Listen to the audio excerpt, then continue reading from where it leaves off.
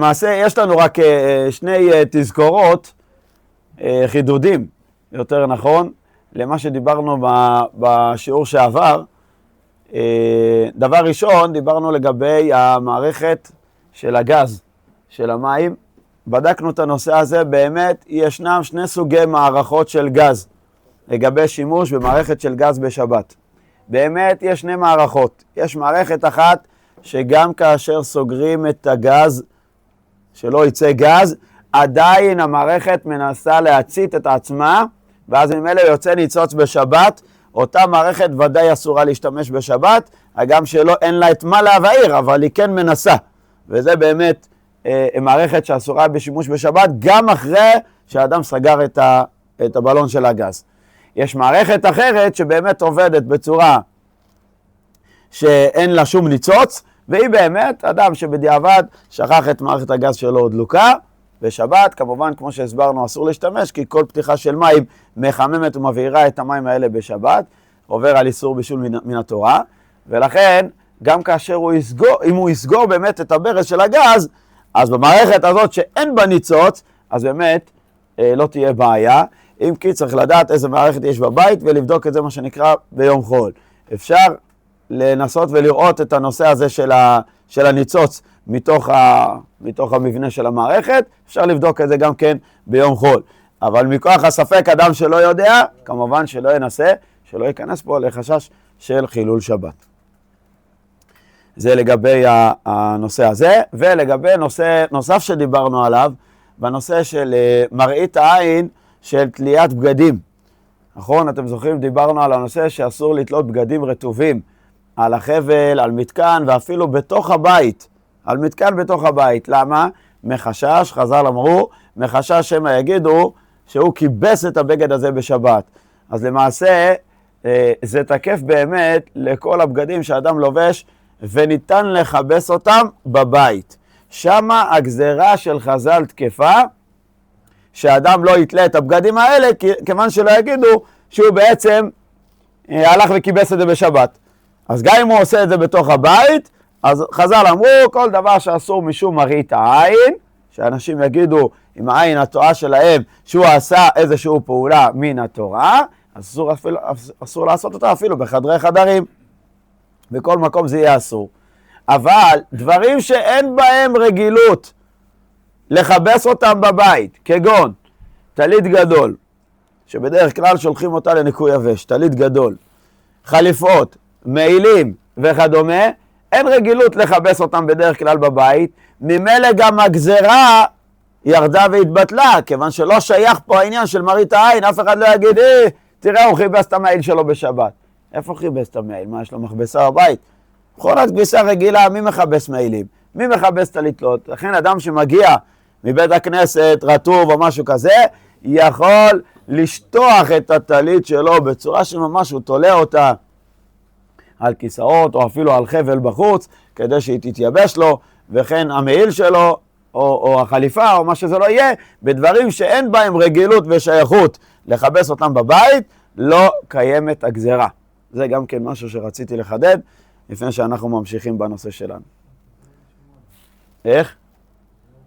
כן, כמובן ייזהר, כמובן שהוא עושה נכון מאוד, כאשר הוא תולה שוטח את הטלית שלו על חבלים למשל, אז ייזהר כמובן שהוא תולה את זה על חבל אחד, שהטלית תרד משתי הכיוונים, שלא יצא מצב שהוא גם כן יוצר פה איזשהו חלל של אוהל. זה גם כן צריך להיזהר. אוהל בעצם שיעורו מטפח.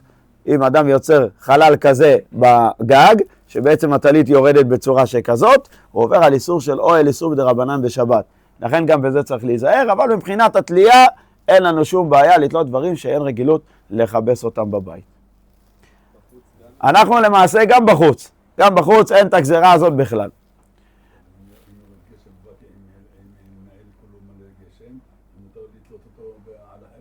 נכון מאוד. נכון מאוד. על החבל, כן, על החבל כמובן, בצורה שזה יעזור, כמובן שזה יתייבש, או על קולב, או על דברים כאלה שאנשים רגילים, אין שום בעיה. למעשה, אנחנו אוחזים כרגע בסוגיה הזאת של הנאה ממעשה שבת. מה זה הנאה ממעשה שבת? הבאנו את הכלל של הפרי מגדים, הפרי בגדים כותב שכל ספק פלוגתא במעשה שבת בדיעבד מותר. פירוש הדבר, כל דבר שהוא שנוי במחלוקת הפוסקים, דהיינו שיש עליו מחלוקת בפוסקים האם זה מותר או אסור, בכזה מקרה אפילו שהשולחן ערוך פסק שאסור לעשות את הפעולה הזאת בשבת, אם אדם עבר ועשה אותה בדיעבד, מותר לו ליהנות מאותה המלאכה. הבאנו לזה כמה וכמה דוגמאות ונמשיך בעזרת השם. הדוגמה הראשונה שהזכרנו זה הנושא של תבשיל שמתבשל על הפלטה, ואתה פתחת עכשיו את המכסה בערב שבת לראות שהכל בסדר, אם נשארו מים, לא נשארו מים, ראית אותו שהג'חנון שמה עדיין חצי עוד לא התבשל ממנו, הבשר עוד לא לגמרי התבשל, אסור לך לסגור את המכסה. אם אתה סוגר את המכסה, אתה מבשל בשבת, אתה מקרב בישול שזה נקרא מבשל בשבת, אסור לך לסגור. טוב, מה אני אעשה? באופן עקרוני תשאיר פתוח. והיה ואדם סגר את המכסה של הסיר, אז פה אמרנו, כיוון שיש מחלוקת בפוסקים, האם האכל בן דורסאי, שזה אומר חצי בישול או שליש בישול, מחלוקת בראשונים, זה נקרא מבושל כבר או לא, ממילא בדיעבד, כשהאדם כבר עבר ועשה את הפעולה הזאת, בדיעבד יהיה מותר לו ליהנות מאותה מלאכה. למה? כי יש בראשונים דעות שמותר לעשות את זה. אז נכון שהשולחן ערוך בש"ח סעיף ד' פסק שאסור לעשות את זה, אסור לעשות לכתחילה, אבל אדם שכבר סגר ועבר בדיעבד, מותר ליהנות מהתבשיל הזה בבוקר, יאכל תחמין, הכל בסדר.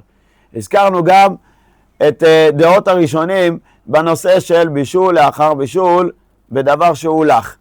דהיינו, אסור לחמם מרק על הפלטה, מרק שהתקרר, אסור לחמם אותו על הפלטה שהיא דולקת. למה?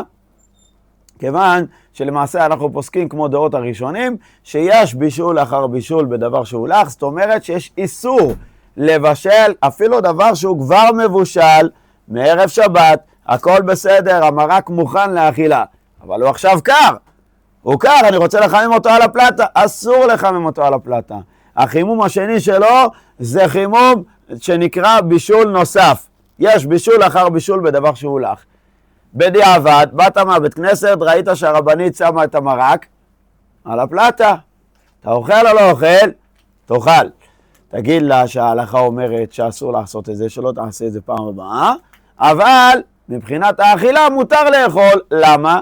כיוון שיש לנו דעות הרמב"ם והרשב"א שסוברים שאין בישול אחר בישול בדבר שהוא לח, זאת אומרת שכבר דבר שהוא מבושל כבר מערב שבת כל צורכו ורק התקרר, לפי דעת הרמב"ם מותר לך לשים אותו על הפלטה, הכל בסדר. אז נכון שהשולחן ערוך לא פסק אותו להלכה והוא פסק שאסור, אבל בדיעבד יהיה מותר ליהנות מן האוכל הזה. זה דיברנו בשבוע שעבר. יש מקרה נוסף. יש בעיה נפוצה וידועה, האדם עכשיו בערב שבת, 2 בלילה, מתחיל להריח את החמין, והוא מבין שעד הבוקר יישאר לו גחלים. הוא יאכל בטטה של ל"ג בעומר יאכל. הוא רוצה להוסיף מים. האם מותר להוסיף מים או לא? אני אחלק את התוספת של המים לכמה חלקים. א', מים מהברז.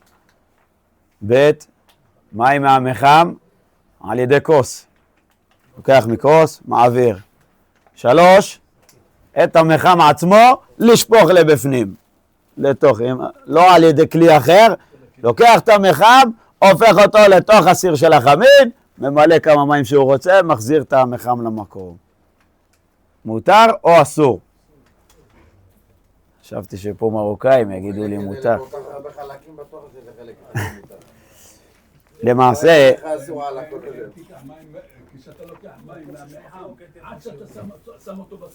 בטוח שיש מחלוקת אותו, זה נכון.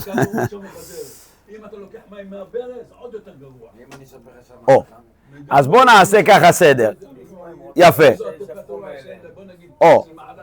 יפה, אז בוא נעשה סדר. באמת, אם אני לוקח עכשיו מים מהברז,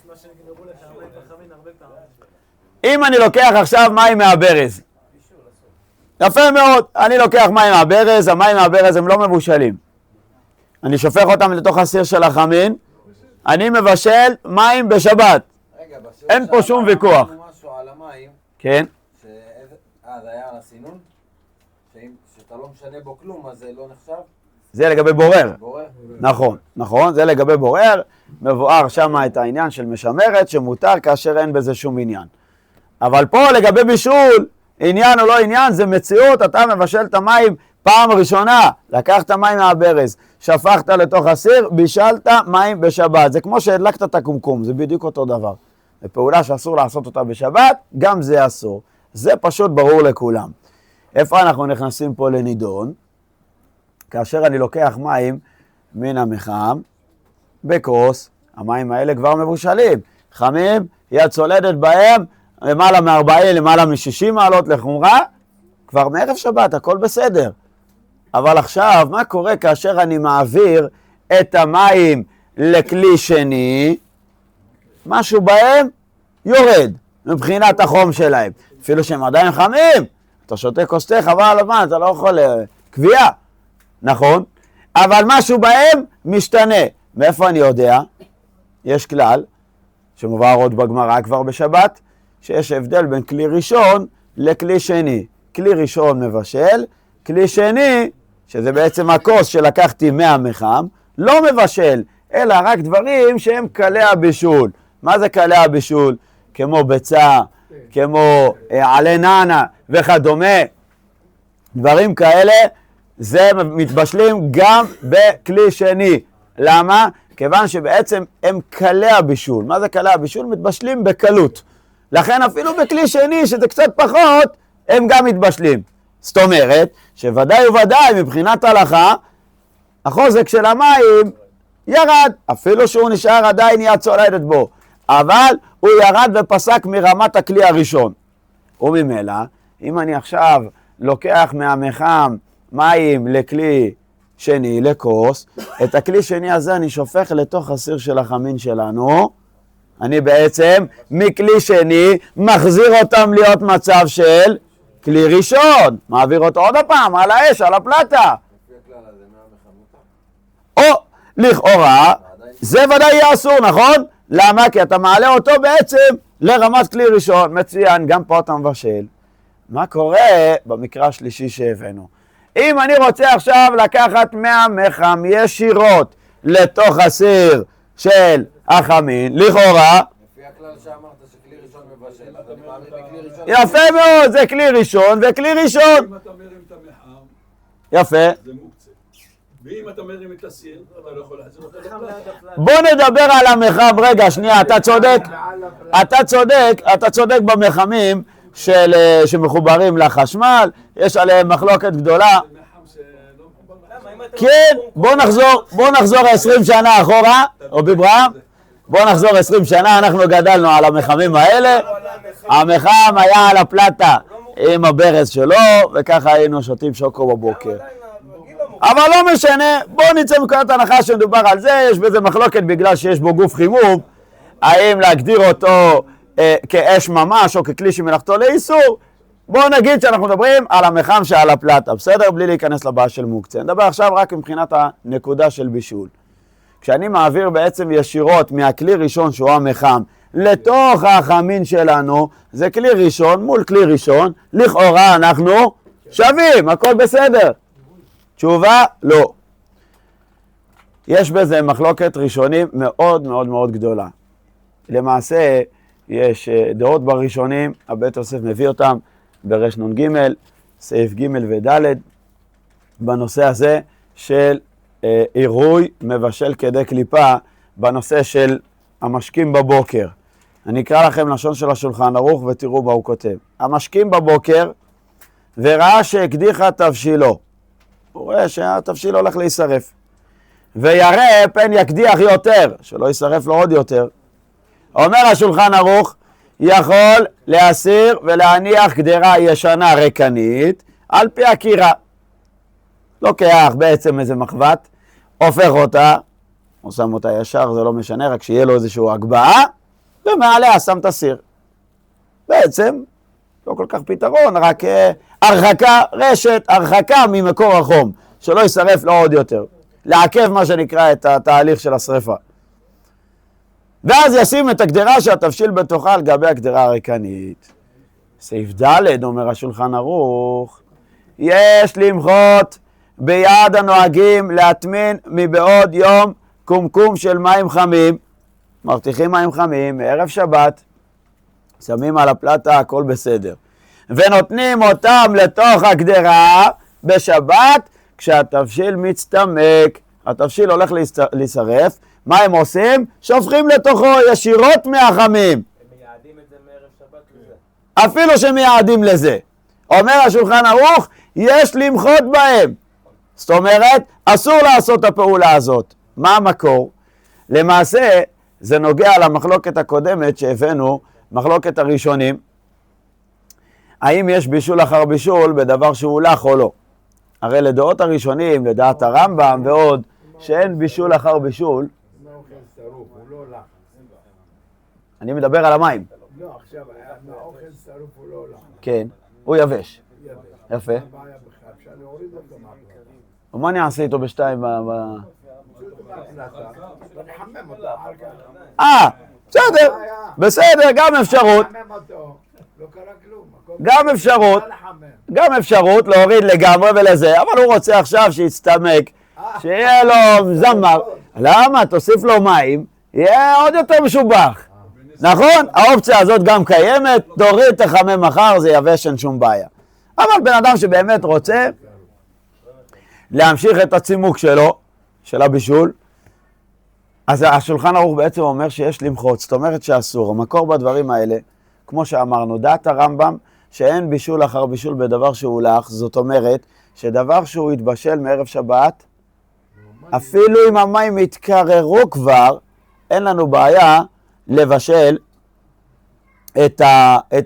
את המרק הזה מחדש, לחמם בעצם את המרק הזה מחדש.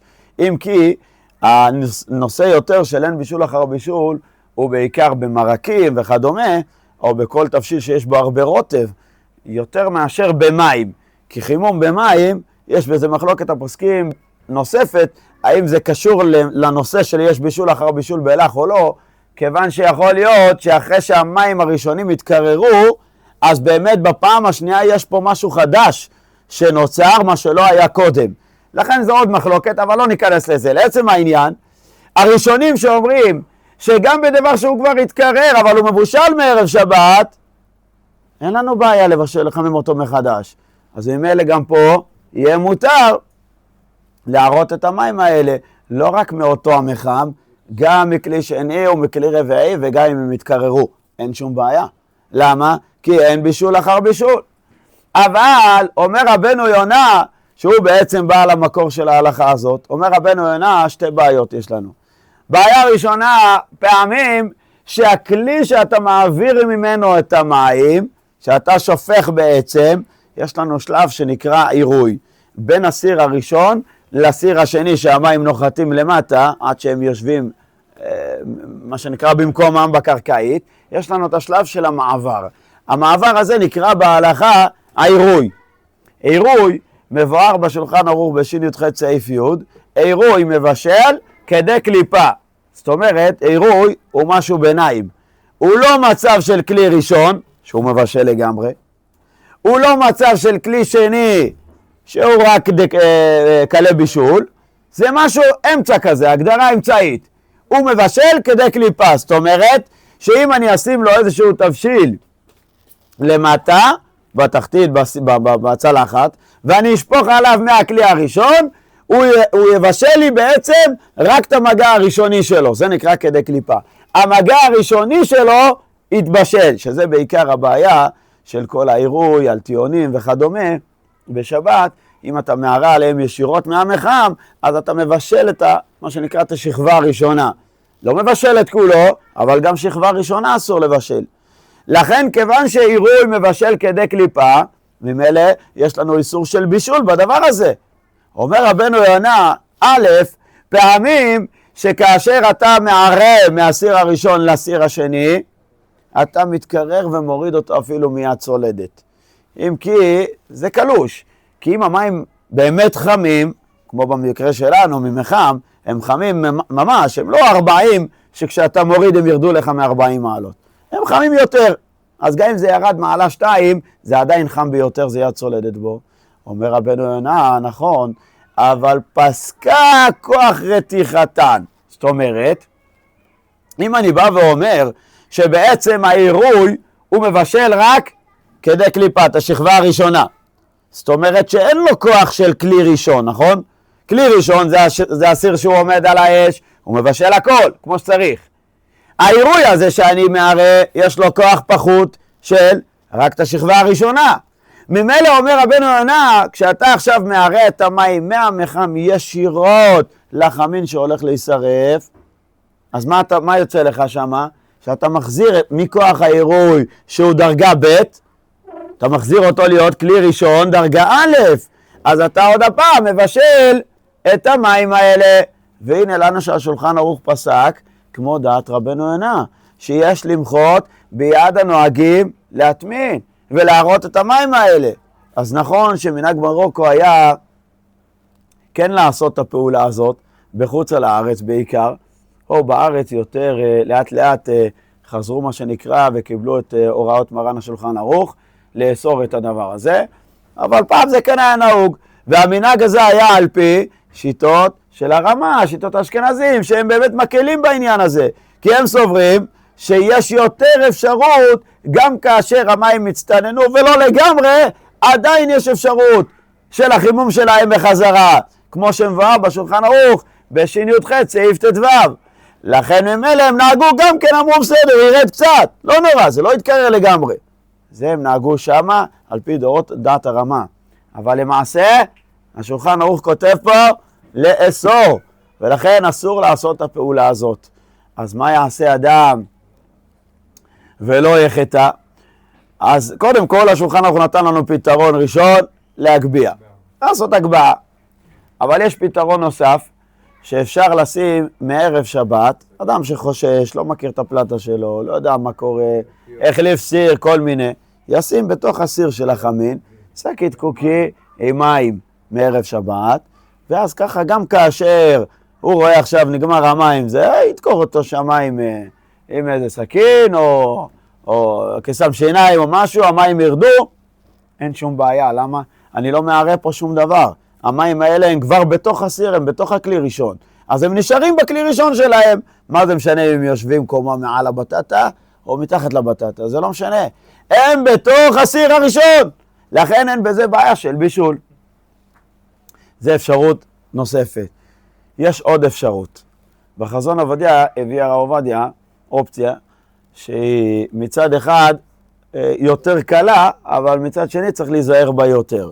זאת אומרת, אדם יכול לקחת כף מצקת, להכניס אותה לתוך המחם. לתוך המחם, לתוך הכלי עם המים החמים. לתת לה קצת שתעלה רתיחות. אוקיי? לא להוציא אותה ישר. לתת לה קצת תעלה רתיחות. עכשיו, בהגדרה שלה ההלכתית, הכף הזאת נקראת כלי ראשון. כאילו אני לוקח את המחם איתי ביחד. ובעצם אפשר לעשות את זה גם עם כלי אחר, עליו דווקא מצקת, אבל הרעיון. כשאני בעצם כרגע עכשיו מקרב אותו לתוך הסיר של החמין, אני לא שופך על החמין, כי אחרת מה עשיתי בזה? זה כמו שאני אשפוך מהמחם, זה לא יעזור, זה עירוי. מה אני עושה, אומר הרב? לוקח לצד הדופן של הסיר, ובעצם מטה את המצקת לדופן של הקיר, לא מערה של הסיר, לא מערה על האוכל, אלא נותן למים מה שנקרא להתחלחל ולהתערבב לבד בתוך המים, ואז יש לזה פתרון שזה בעצם לא נקרא העירוי מכלי ראשון. אני כביכול משכין את המים שבתוך המצקת, הופך אותם להיות חלק מהכלי ראשון, על ידי זה שאני מטה בעצם לדופן, ונותן למים מה שנקרא להתערבב, אני לא מערה את המים. כשהעברת את המצקת מהמחם לסיר, כן. כבר התקרר גם בדרך. יפה, יפה, אבל מה ההגדרה שלו, אתה צודק? אותו דבר כמו שאתה עושה חזק, יפה, יפה, אני אחדד. כשאתה מערה מכלי לכלי, אז יש לנו גדרים במה שנקרא בהלכות שבת, שמה שחז"ל קבעו לנו מבחינת הכלי, ראשון, שני, עירוי, פה זה עובד לפי כללים. ממילא, כשהעברתי מהסיר הראשון, מהסיר של המחם, עירתי לתוך הכלי השני, אז יש לי פה מעבר של עירוי, הוא יורד בדרגה, כמו שאמרנו, מבשל רק כדי קליפה. אבל כשלקחתי את הסיר הראשון, ומבחינתי הוא עדיין במצב של כלי ראשון, הוא לא עבר לשום כלי אחר, מבחינת ההלכה. ממילא, כשאני מטה אותו לתוך הסיר, הוא נשאר לי עדיין מצב של כלי ראשון, וממילא, אני יכול לעשות גם כן את הפתרון הזה. אפשר לעשות כלי קטן אפשר לשפוך את עם החמין המים למחם. האלה, שהוא יהיה המים החמים, ואז אני לוקח את הכלי הקטן הזה כמו שהוא עם הזה, מכניס אותו לתוך הסיר, ומפרק אותו לאט לאט על הדופן של הסיר. בדיוק, הוא ירד. בדיוק, בדיוק. זה לא עירוי, אני לא מערה. אני לא מערה עליו, אני לא נותן לו מה שנקרא את ההפסקה מגובה של עירוי, כדי שהוא ירד בדרגה, אלא אני בעצם משווה אותו קו 0 עם הכלי ראשון, והוא נשאר כלי ראשון. זה מצוין. יפה. נכון, גם אפשרות, רק אתה צריך לעשות, זה מה שאמרתי, אפשר לעשות את זה עם מצקת, עם מחם או מה שלא, רק שים לב שלא נופל לך שם כל מיני בדרך. לכן עם מצקת זה קצת יותר קל, כי יש לך שליטה. אתה תבוא עם המחם, זה קצת יותר גדול, צריך להיזהר בזה. ושפכת את זה לדופן של הסיר, אין בישול כקליפה? יש שם בישול כקליפה. אז יפה, אם הייתי מערה, יש בישול כדי קליפה, אבל כיוון שאני לא מערה, אני נותן למים להתחלחל תוך האוכל, אני לא מערה על האוכל. בדופן של הסיר. נכון, אמת. אבל בדופן של הסיר יש שם את האוכל. על הדופן אין אוכל. יש שם סיר. על הדופן אין לנו אוכל. אני נותן על הסיר, מטה אותו על הסיר, והמים מתחלחלים. אני לא מערה על אוכל. אתה מה על המתכת? והמתכת היא לא דבוקה באוכל? אשים את זה טיפה למעלה, אתה צודק. אתה צודק, לא על האוכל, אמת. האוכל הזה מוכן, גם אם זה על האוכל, האוכל הזה מוכן. כן, אבל יש לך בעיה של העירוי, של המים. אין לי בעיה באוכל, יש לי בעיה. שאתה מבשל את המים. נו. לא, הוא אומר, אתה מבשל את האוכל, הבנתי אתכם. בואו נעשה קצת סדר. התכוונתי, כשאדם מערה את המים מהמחם ישירות לאוכל, אז הוא מבשל כדי קליפה בהגדרה של עירוי. זאת אומרת, כשיש מעבר מסיר ראשון לכלי שני, הדרך הזאת, המעבר הזה, העירוי, בכוחו לבשל כדי קליפה. אבל את מה הוא מבשל כדי קליפה? את מה שהוא לא מבושל. אם אני לוקח ביצה מהמקרר, ומערה עליה מים, היא לא תהיה לי ביצה קשה. אבל משהו כן עשיתי בה, ועברתי על איסור בישול בשבת. אפילו שזה ממש כדי קליפה, אבל גם זה אסור. פה כשאני מערה את המים מהמחם לתוך החמין, החמין מבושל, אני לא מבשל אותו כלום. הוא מבושל כל צורכו, אני לא מבשל אותו כדי קליפה. הבעיה שלי במצב שלנו, בסיפור הזה, זה בעצם שהמים, אחרי שהם יורדים מכלי ראשון, העירוי הזה מוריד את הכוח שלהם ככלי ראשון, והם עכשיו חוזרים עוד הפעם בתחתית של הסיר להיות כלי ראשון. ממילא כשאני מערה על האוכל מלמעלה, אז הם הופכים להיות, אתה יודע מה? זה לאו דווקא באוכל. קח סירק, בואו ננסה איך אומרים להפשיט את זה עוד טיפה. קח סירק, אני לוקח מהמחם מים, מעביר לתוך הסירק. בסדר? הסירק, אני לא מבשל פה כלום. גם זה אסור. למה? הנה לא בישלתי כלום. בישלתי את המים. וזה הבעיה שלנו. המים עברו תהליך של עירוי, ירדו בכוח שלהם. בישלת, לא משנה אם אתה משתמש או לא, אתה בישלת. לא משנה, מותר לי לבשל בלי ולזרוק הפח? לא, נכון? למה לא? אני רוצה לבשל בשבת? המים, רגע, לא זה אוכל. אני רוצה להרתיח קומקום ולשפוך לפח, ככה אני משעמם לי. מותר או אסור? למה לא אסור? להרתיח קומקום בשבת. להרתיח אותו, לא מרתיח אותו אני בשבת, עוד הפעם. השם ישמור אותך. אתה אומר, שם במים בכלי, על הפלטה, יושב על הפלטה סיר. כן, אני שם לו מים חמים. יפה. לא משתמש בו אני. אתה לא צריך להשתמש, אבל אתה מבשל בשבת. הפעולה הזאת זה פעולה של בישול. השתמשת או לא השתמשת, זה איך אומרים לשיקולך. אבל אתה בישלת. אז השולחן ערוך למעשה כותב שמה הדין? אבל אחד הדברים אסור. צריך להדגיש את זה הכנסת את המצקת, צריך לתת לה להתחמם. אם הכנסת והוצאת את המים, זה לא עובד. או, כמו זה כלי שני. אמרנו, א', נתת, אתה לא יכול, תכניס את היד לתוך המחם. חייב איזה מצקת או משהו שיש לך שליטה. משהו שיש לך שליטה, יפה מאוד לתת לכלי, כמו שאמרנו, לעלות טיפה רתיחות, ואז להטעות אותו. זה אפשרויות, מה שנקרא, שיש לאדם, מה שנקרא, להיפטר מבעיית השריפה של החמין. והיה,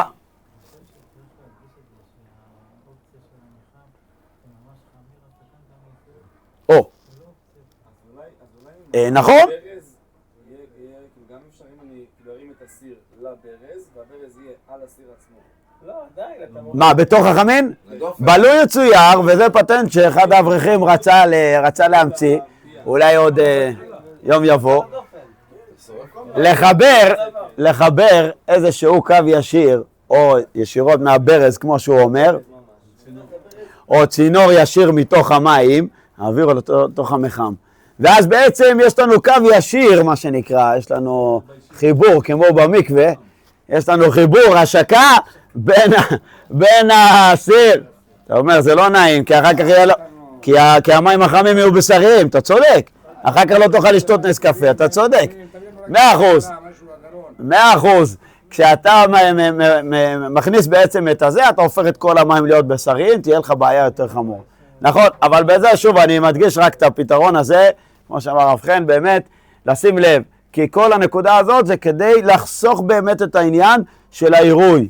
אבל בדברים שהם יותר כבדים, כמו המחם או כמו דברים כאלה, שאני אהיה חייב להגיע, ואפילו טיפה, אין לנו שיעור לאיסור מדרבנן, זה אפילו טיפה, אנחנו לא רוצים להיכנס לספקות בהלכה ואיסורים מיותרים, ודאי לא בשבת. לכן הדבר הזה באמת אסור. והיה ואדם, אתה לא ידעת ההלכה, לא היה בשיעור, ראה את החמין שלו הולך להישרף, אוקיי, עשה כמנהג הרמה, יפה, עשה כמנהג רמה, הוסיף לו מים מהמחם, אפילו על ידי כוס, והירה לו ישירות לתוך הזה. מה הדין של החמין הזה? מותר לאכול אותו. למה? יפה מאוד. הנה לנו שוב הכלל שדיברנו עליו. כיוון שיש מחלוקת הפוסקים. יש דעות שמתיר... הוא עבר בשמיים מה שנקרא, ופה הוא צריך לעשות את התקנה ואת הכפרה. אבל לעצם העניין, המאכל מותר. למה? כיוון שיש דעות בפוסקים שמותר לעשות את זה, אז נכון שהשולחן ערוך פסק שאסור בדיעבד, זה נקרא הנאה ממעשה שבת. היא קודש ואין מעשה הקודש. אומרת, השבת בעצמה קדושה, אבל כמו שהסברנו, מי שאמר לנו את העניין שלא תעשה כל מלאכה, מה שכתוב בתורה, הוא לא אמר לנו מה הדין אם האדם עשה את המלאכה כבר, האם מותר ליהנות ממנה או לא. הוא ברר כבר בשבת, הוא בישל בשבת, הוא שחט בשבת, לא משנה מה הוא עשה. הוא עשה אחד מל"ט אבות מלאכות. לא תעשה כל מלאכה, זו הפעולה שאסורה לך לעשות. אבל עשיתי כבר. פה זה כבר לא כתוב בתורה. אם עשית, אם מותר לך ליהנות או לא, זה לא כתוב בתורה. בשניהם לא כתוב בתורה. מזיד אמרנו שבעייתי ליהנות מזה. רגע, ההנאה ממעשה שבת לא כתובה בתורה, לא בשוגג ולא במזיד. באו רבנן ואמרו, תראה, כמו שדיברנו בשבוע שעבר, עשה בשוגג, עשה מזיד, חילוקים. אבל בדבר שיש בו מחלוקת הפוסקים, אז ממילא אנחנו הופכים את זה לספק דרבנן לכולה, כמו שאנחנו מכירים את הכלל הידוע, וממילא, כיוון שיש דעות שמתירים, אז נכון שהשולחן ערוך אוסר, הכל בסדר.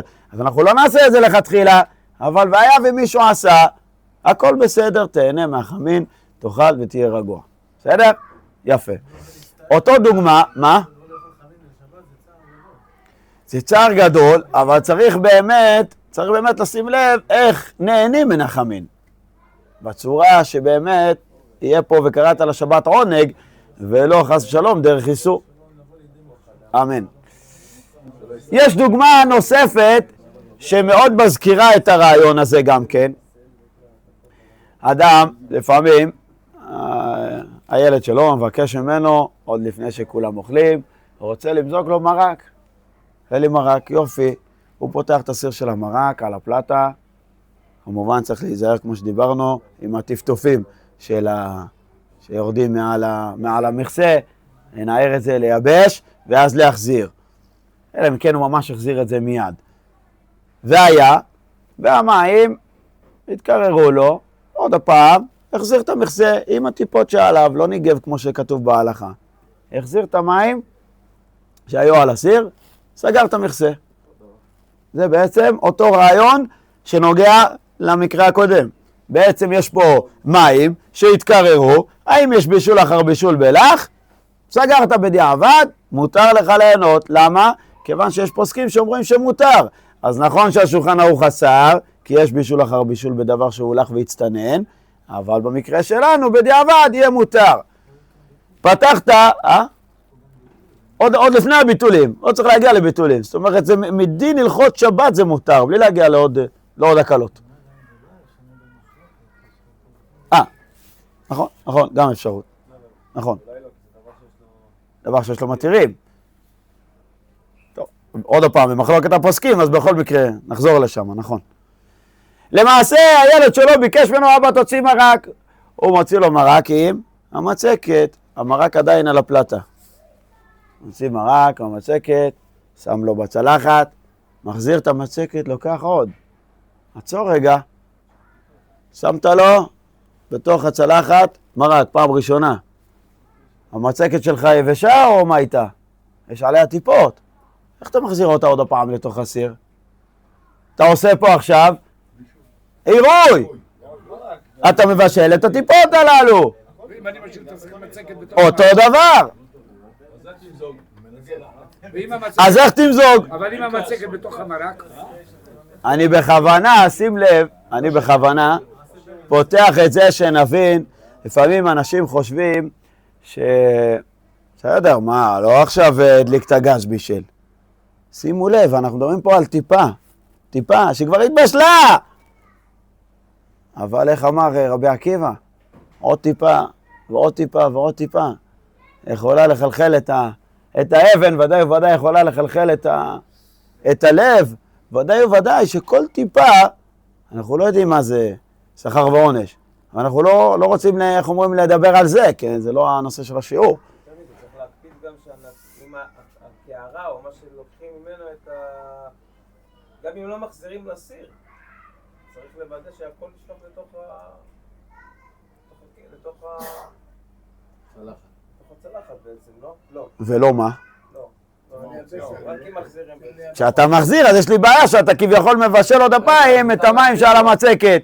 אסור לך להחזיר את המצקת בצורה שכזאת. עכשיו היא מוציאה לי רוטב מהחמין. יפה מאוד. פעם תנגב את הכף?